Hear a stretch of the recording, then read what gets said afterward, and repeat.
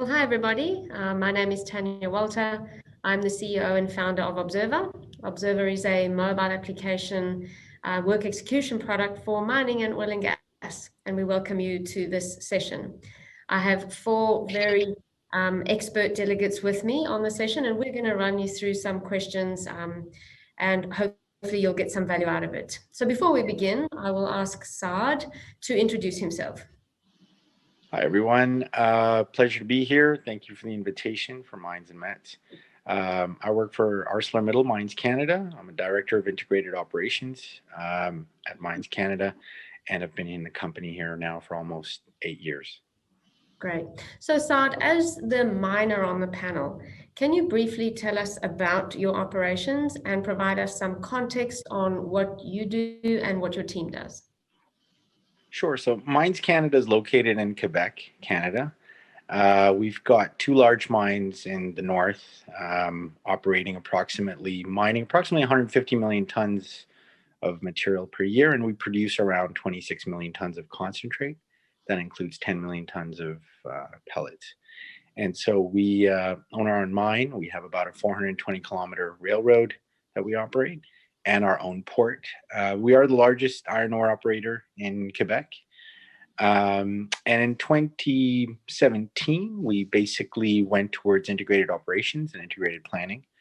And that was basically a great move for us, especially given now.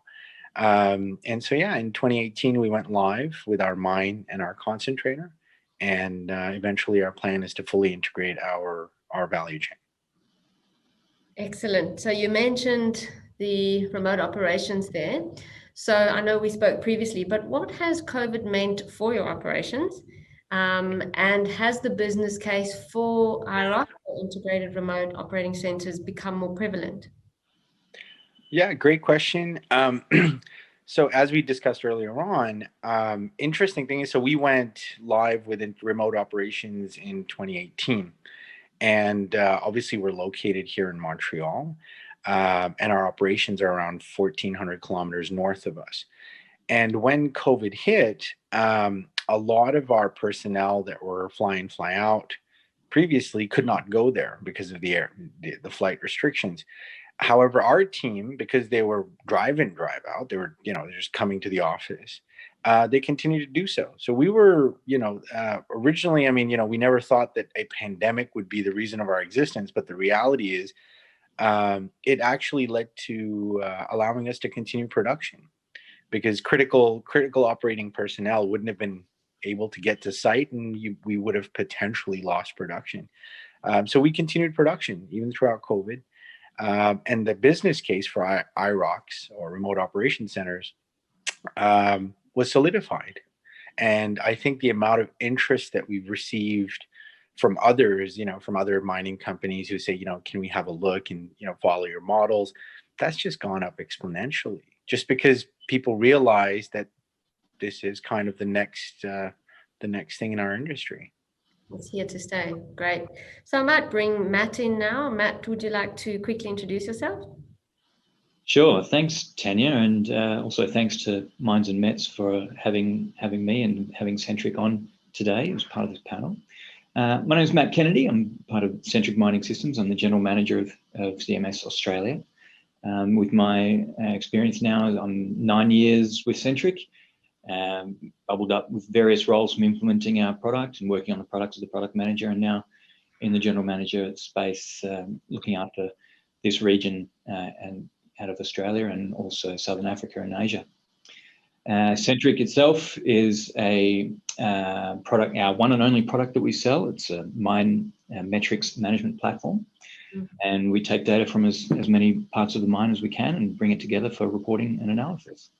Excellent. And to that point, Matt, what are some of the industry innovations you've seen at Centric, either developed or heard of in this space, and how do you think these innovations will benefit the industry as a whole, especially with the current topic at hand, COVID topic at hand? Great. Well, in terms of innovation in this space, two things come to mind here, both of which Centric have been involved with for some time now, and we're continuing to work in those areas. So the first one, look, it doesn't sound particularly innovative, in that it's 2021 now, and this has become ingrained in our daily lives, but that's actually the use of the cloud. So it's innovative in that, in my experience, the mining industry has been somewhat slower to adopt to cloud tech, citing security concerns, but also around connectivity, especially with remote sites. Our clients are all over the world in different jurisdictions with different options for connecting to the cloud, and we're seeing now a general acceptance of cloud being a more secure environment. There's been that groundswell in that area. But also stronger comms networks, including 4G, 5G, and satellite links becoming more common, even in the remote areas, allowing much better connectivity. As we're seeing this, we're seeing an increasing confidence in adopting cloud technology and gaining benefits in terms of performance, but primarily in terms of accessibility to data and accessibility to our system and the tools available with it, and also reducing heavily the infrastructure needs on site. What also Centric's doing in that area, we're working on a brand new generation of Centric, which will be cloud first. We've been in operation for quite some time, decades in fact, and Centric has always been an on-premise install. With the changes now of the ability to connect to the cloud considerably easier across the world, we're going cloud first, and it's going to allow for very simple to learn and use workflows, which we'll be able to support a lot easier. With auto upgrades, broader help, FAQs, bigger training ecosystem, be able to get to those remote sites and get content in front of them a lot easier. There's going to be a marketplace as well where Centric components can be created and shared, making implementations simpler and faster, and therefore cheaper. And future extensions to customers' deployments will be easier and faster as well. Great. Thanks. That's excellent. I'll have to take a closer look at that when I come and visit you in Perth. Looking forward to it. So flicking back to you, Saad, I know that you don't look after technology directly. However, in selecting the right technology partner to work with and be successful with, what do you or your colleagues think is important in a partner and why? That's a great question. So obviously there's a lot of large technology players within the mining space, obviously, right? The named brands, etc. However, over the last 3-4 years that we've been, kind of in terms of new way of thinking, for obviously for deep machine learning, data analysis, right? Either on-site or remote, right? Doesn't matter. The reality is that, data-driven decisions is the way to go, right? Better data, better information, better analysis, better, sort of decisions that you can make. I don't handle that side of the business, but I've obviously been involved in it. And one of the things that we obviously look for is partners who are willing to do, a lot of sort of hand-in-hand studies with us in the beginning, right? So trials, right? A lot of this stuff is new, right? Like digital twin or large mining trucks, right? It's a new area. It's only been there for a couple of years. And so we look at, partners that we worked with in the past that'll say, yeah, sure, let's work together. Let's do the analysis together, and proof is in the pudding. And if the proof is there and it's a sustainable solution, and I say sustainable in the sense of after implementation, right? A lot of times what happens is technology companies come along, right? They'll sell you something, sure, you implement it, and then they disappear, right? There's no follow through. And that's a bit of a pain because, at the end of the day, we don't have enough trained personnel and we can't focus all the time in maintaining the technology. You always need the partner to be there with you, right? So it's, guys like that we've seen that have survived, and some of the technologies where, they fizzled out or they weren't engaged enough with us after implementation, that we just stopped using the technology in a couple of years and went with somebody else. So for us, it's really about, 360 approach, starting from the beginning till continuation. Yeah. So what we normally say in SaaS is, you don't only have to win the business, you have to keep the business. That's right. It's not about the first time sale, it's about making sure you keep selling them each year. So excellent.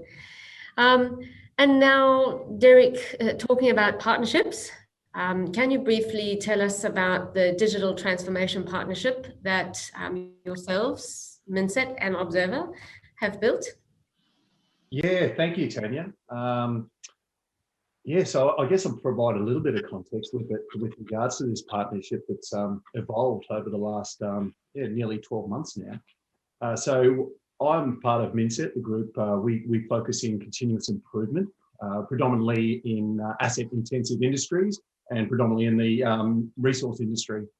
And we've also come across Obzervr quite a bit, who are also in the mining side. And I think really where it started was we had a common client who actually introduced, said, look, we like the way you work. We like how Obzervr work. You know, you guys would actually, if you actually partnered up, you know, there'd be some great results out of this. And it took us a while to get on there, but, you know, we felt very similar. I mean, there was a lot of similarities between the organisations with regards to the problem solving, the way we attacked problems, the motivation of the personnel. And there's also a sense of trust between the two organisations that built over a very short period of time. However, that probably wasn't enough to see us become partners straight away. And I think if I remember correctly, Tania, it was really when you had one of your clients actually come up with a problem and asked you to do a little bit of research around it, which you actually said, look, there's no off the shelf sort of solution here. There's probably something that needs to be developed. We could probably do something, but we probably don't have all the capabilities here to come together. And then I remember you reaching out to us, Minset, and saying, look, this is a great opportunity for us to actually collaborate and come together and build off the strengths that we both have to solve a solution or solve a problem that this client had. And that's probably the key message I probably comes to mind there is these partnerships that come there is one is it's probably not for the solution, it's probably what is the problem that you're trying to actually overcome or resolve to assist the market or the client get value. And that was certainly our story there. I think the other functionality, and Saad actually mentioned it, which was really good. I was worried you might say something different, Saad, and put us right off track. But I think you're touching around the 360-degree support with Obzervr being a software company and ourselves being a continuous improvement group who are very much focused on being on the ground and assisting our clients in execution of the projects and making sure that the solution is sustainable. I thought it was actually a really good mix of how we came together, Obzervr and Minset. So a lot of that front-end work, you'll see Obzervr working with the clients, getting input from ourselves on the ground to develop that solution, but then ensuring that the sustainability really falls on Minset's responsibility to actually ensure that ongoing support is provided to the clients and ensure that solution continues on into the future. So I've got to bite my tongue a little bit because the first product that we've come up with, Obzervr and Minset, we're actually launching on later in day 2. So you'll have to excuse the times. I believe it's 6:55 tomorrow morning, Australian Eastern Standard Time, but it's day 2 later, day 2 today. So I can't let out too much other than the product's name is Sammy. And look, if you're interested, please stay put and have a listen to our innovation spotlight. Yeah, so that's good, Derrick. And I guess, again, not wanting to let the cat out the bag too much, but talking about digital transformation, talking about partnerships, and picking up a thread of what Saad said around data-driven decision-making. It speaks beautifully into the value proposition of the partnership that Obzervr and Minset have formed.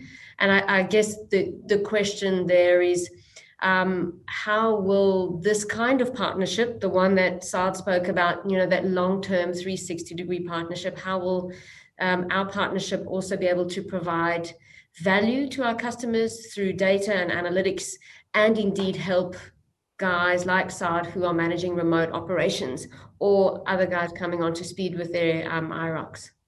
Yeah. Look, that's a great question. I think obviously the obvious thing there is with regards to the strengths of both organisations and the synergies generated from that partnership.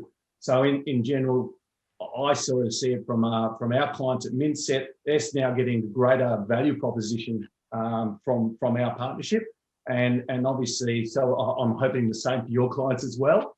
I think the other aspect that I thought, just going through reflecting on our journey over the last 12 months, is our personnel from both of our organisations. I think we've grown a great deal. So what I talk about there is with regards to Minset, especially, a lot of our guys are operational people who've been involved in mining, in the maintenance, being in planning and operations for a number of years, and probably not having so much of that software background or technology background, having that exposure to your team. And I think we've got a better understanding of the questions we need to ask. So a lot of the scoping that we actually do now, we take into account, well, how are we actually incorporating this now into the development of the software solution? So we've got a whole new set of questions and observations we take into account now to working with your team. And I think the actual side from your side of the team, I've sort of seen is that ability to now have a better understanding of how an operation works. I think one of the observations I had is the amount of time that a software or a solution provider actually has with the client to actually evolve and develop their solution in the overall scope of things is quite minimal. And so having somebody such as yourself to lean on and you know, additional workshops to build it, I think overall that helps us generate a better solution for the client. So it probably leads on to the other point I was going to make is that with technology advancing so quickly at the moment, we're seeing more service providers come into the resource industry, and they may not necessarily have that mining experience. And I think there is a need in our industry at the moment is that sort of that interim contact to actually work with that solution provider and the operator and try and ensure that you're gathering the right data, the right information, and having that, I guess that additional person or experts to talk to generate that correct solution. So I think in essence, it's that collaboration, that increased collaboration between the technical provider and resource industry professionals is what's going to develop a better solution, but also assist the execution of that solution when it's actually getting executed on the ground. Yeah. Derrick, I'm just going to add to that. That's one of the, you know, I've been in the industry a long time, and I can tell you that's one of the biggest problems is we get a lot of technology providers over the last, 5-6 years, with big data analysis, et cetera, et cetera. And most of the time, the biggest problem is that they don't understand the problem. All right. And that's because they don't understand what you're referring to, what you're talking to. And every time you ask them for, well, we're really looking for this, say, yes, we can definitely provide you with that. Yeah. It's like, yeah, but you don't even understand my problem yet. Yeah. So I'm really glad that you guys are connecting together and understanding that, you need both a technology solutions provider and the mining experts or resource experts that understand the day-to-day problems of operations, maintenance, reliability, value chain, integration planning, integrated planning, and logistics, right? It's sometimes just people don't understand what the core problems are. So I really, really appreciate that point. Yeah. And it was actually a point made probably 3 years ago now by the CEO of Oz Minerals. He was a keynote speaker. And at that point, he said they were really looking to partner with industry and not just have vendors. Because true partnership, what you've just said right now, Saad, is not about, I know the answers, I'm going to give you this product. It's you have to work together. You have to actually learn each other and be willing to go for the long haul. It's a marriage. So 1 + 1 needs to equal 3, but to be able to do that, there's a lot of effort involved. So that's excellent. Saad, I'll jump back to you now. We understand that there's a technology element and a people element to managing your remote operations. What challenges do you think the industry faces or will face between the two? And how can we get the right balance? Yeah, it's really funny. That's probably the most asked questions. When somebody comes to me and says, you've been in integrated operations now for a number of years, what's your biggest challenge, right? And we say, and in the beginning when we were starting the IROC, right, we were going down the same IO route of, people, process, technology, et cetera, and it's all fine. And, you kind of realize today, if somebody asked me, I said, actually, it's people. So people at the top layer, people in the middle management, and then people on the floor. Once you understand them and their problems, then you can work on process and you can work as technology as an enabler for better decisions. So people challenge is the biggest thing, right? Just like we were talking about earlier, There was a mining gentleman who likes his meetings face to face. Sure, great, but the reality is it's different today. Everybody's doing virtual meetings, right? So that being said, people challenge is the biggest one. You have to get people's buy-in for either new technology or integrated operations or any major organizational change. You need to get the people's buy-in at all three layers to make a project successful. So I'd say that's the number one challenge. I would agree. As someone who writes mobile apps, I 100% agree. Good. So Matt, turning to Centric, what are some of the challenges that Centric have experienced when it comes to implementation, integration, or connectivity, of remote mines? Well, firstly, I'm definitely going to echo a lot of Saad's thoughts there. The biggest challenge for us working with remote sites is not necessarily technical. It's much more on the change management side. One of the biggest challenges we face when implementing relates to stakeholder engagement. Yeah. We see a transient workforce in the mining industry with high turnover. Centric it's not a plug and play solution. It is one where we have to spend potentially a protracted amount of time to really get the best value out of Centric, make sure it's embedded in a company. And during that time, loss of stakeholders can occur, can cause injury issues with project delivery, changes of scope can occur, and projects can be derailed from that. Stakeholders are really busy. It's difficult for them to commit time sometimes, but to get the participation levels that we require, we need them. We rely on them heavily to ensure that people are being driven, the scope's being delivered, and feedback's being provided back to us throughout the process. It can be pretty hard to get that sometimes, according to getting them to fit into the implementation schedule that we've all agreed to at the start of the project.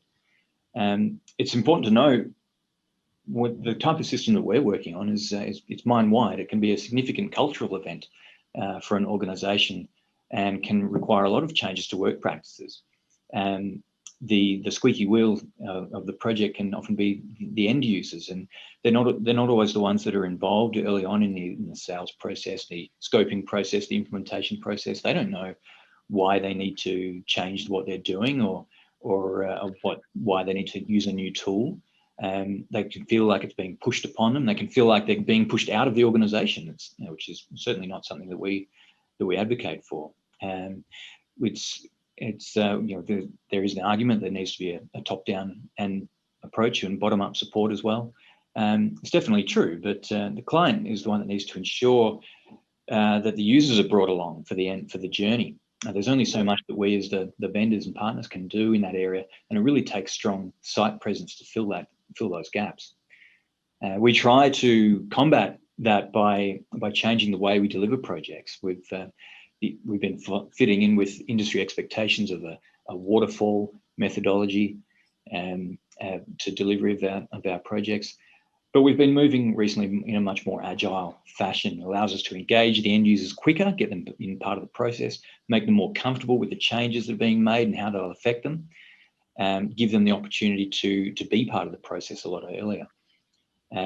So that when adjustments to scope occur, which are inevitable, as soon as the client starts to see what it is that we can provide, the brain starts ticking and wants to make changes as we go. And it being agile allows us to do that. We can still work towards our overall goal, but be more iterative in how we deliver and be able to bring the end users and the customers along for the ride.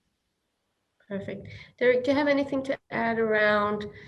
I think you've mentioned one or 2 points already, but the implementation, integration, connectivity of remote mines?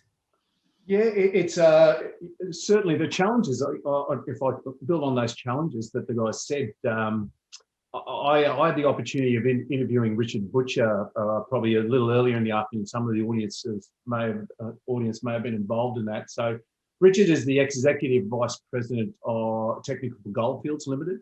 And so he was talking about their sort of journey through automation and AI and some of the challenges he faced. And he sort of nailed it down to 3 things, and we touched on nearly all of those, which was the first one he did touch on was strategy, making sure that the organisation had a strong vision of what they wanted to achieve.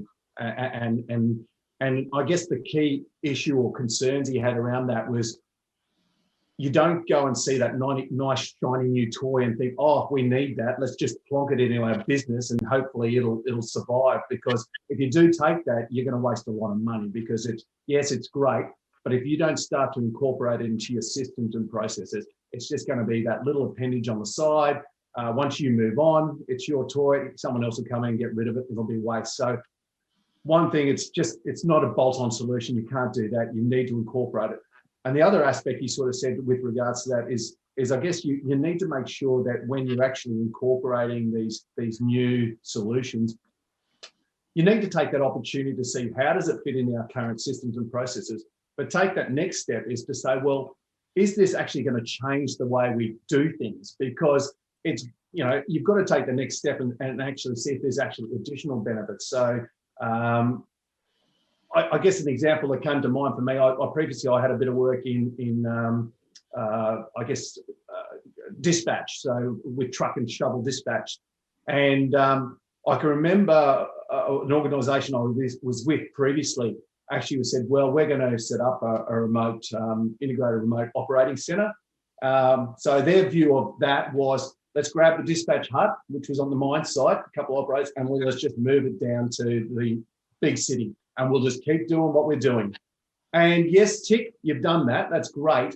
But what Saad has actually done, and it shows the picture, that integrated remote operating centre is much more than that. It's actually going from that whole value chain and trying to build it from there. And I guess that, in that very simplistic example is you really need to challenge what you're currently doing and can you actually improve it and do it differently.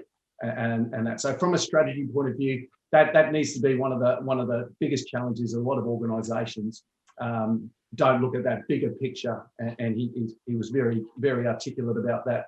The other one, obviously, is the infrastructure, the digital infrastructure. Is it there in place to support that vision, that what you want to achieve? And if not, well, it's about making sure that you've got that phased approach to build it over time. And once again, that other point that both Matt and Saad mentioned is people. It is making sure that those people involved are aligned to that vision and support it. And if not, if they don't support it, well, can they live with what's going to be incorporated? Because if they can't live with it, well, you've got to be really asking the question, how fully supportive you are down this track? Because they're going to be showstoppers in a way, and you've probably got to ask them whether they want to be part of the journey or not. And the other challenge, and from my point of view in Minset, when we look at and go on sites, I think Matt mentioned it as well. It's quite amazing with all these new technology involvements and implementation of site. The basics of good project management and management of change is probably the area that I sort of see that keeps falling to the background, and that's just basics. And I think that's something that clients need to take on board. And if they truly want to be successful in actually implementing these new innovations in automation and AI, those basics need to be in place, and they need to be ensured that they're followed to ensure you get full success. It's almost a theme that I'm seeing where we need to start the concept of change management, project management, all the way from youth. So when your children are in high school, what is change management? I have a year 9, he's 14. What is change management, Rowan? So we really need to start earlier, because digital is here to stay. We just have to learn how to work with it. So very quickly in our last few minutes, Derrick, not to give everything away, but do you want to briefly describe some of the benefits that Sammy, the product that we're going to launch tomorrow, will provide to industry? Yeah. Okay, so without giving away too much, I think what we're proposing to launch tomorrow is actually taking some of the digital transformation that a lot of organisations, a lot of the larger resource organisations take for granted.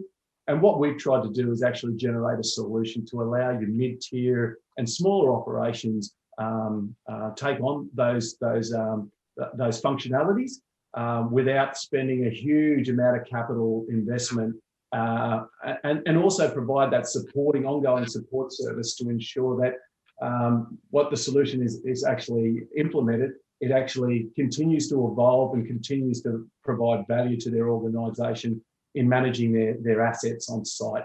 So it includes mainly fixed assets at this point of time, But our planning or our vision of going forward, it'll incorporate not only fixed assets but mobile assets going on the longer term. But yeah, it's that balance of not saying too much, Tania. So hopefully it's enough. I'm excited, Derrick.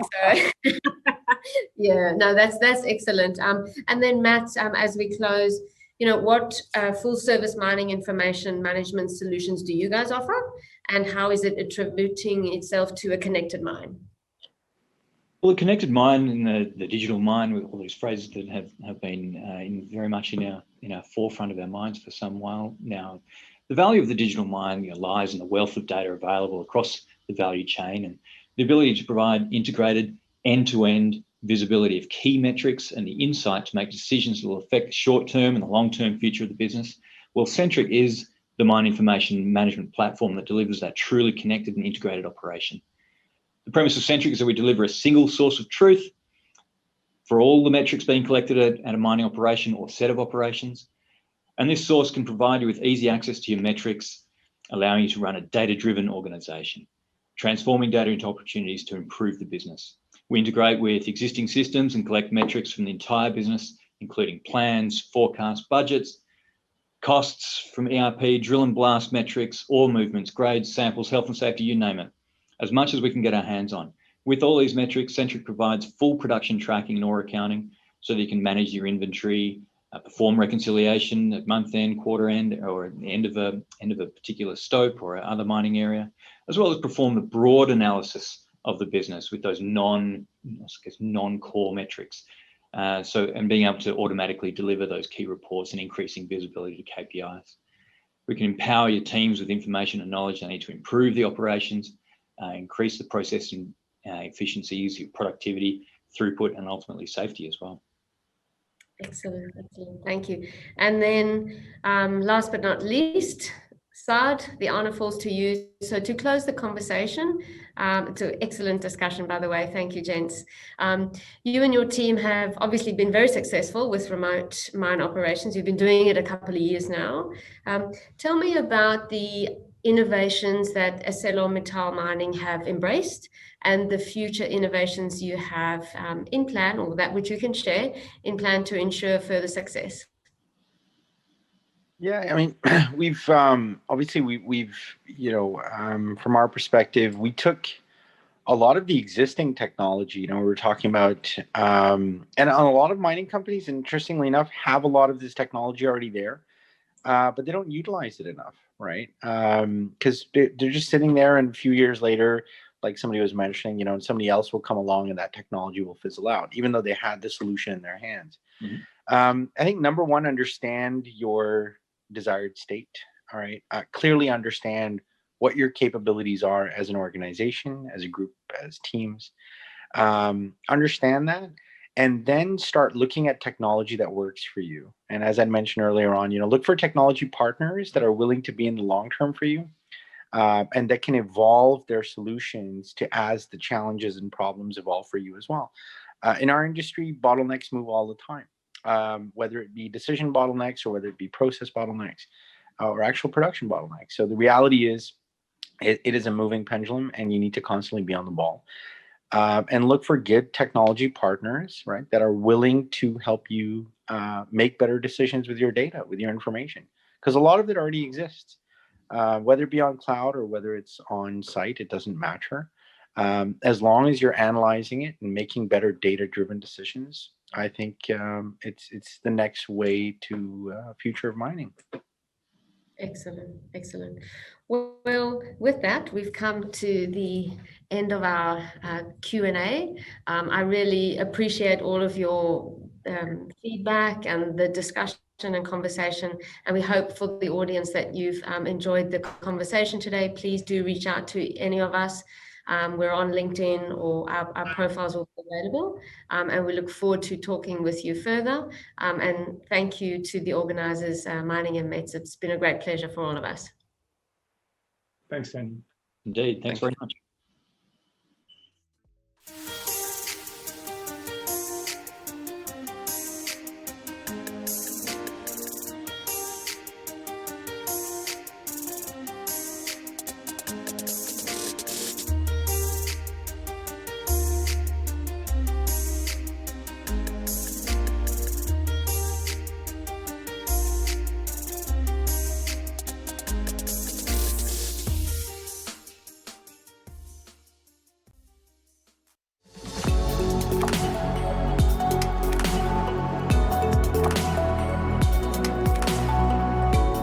I love coming to IMARC. The buzz here is great. There's so many new and interesting people to see, lots of great opportunity to network.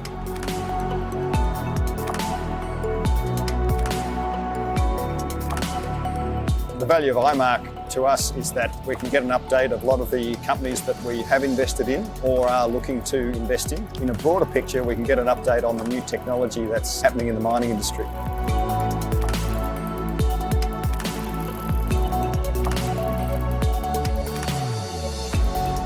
I've been to a lot of conferences and this is probably the best I've seen. It's definitely the biggest for sure.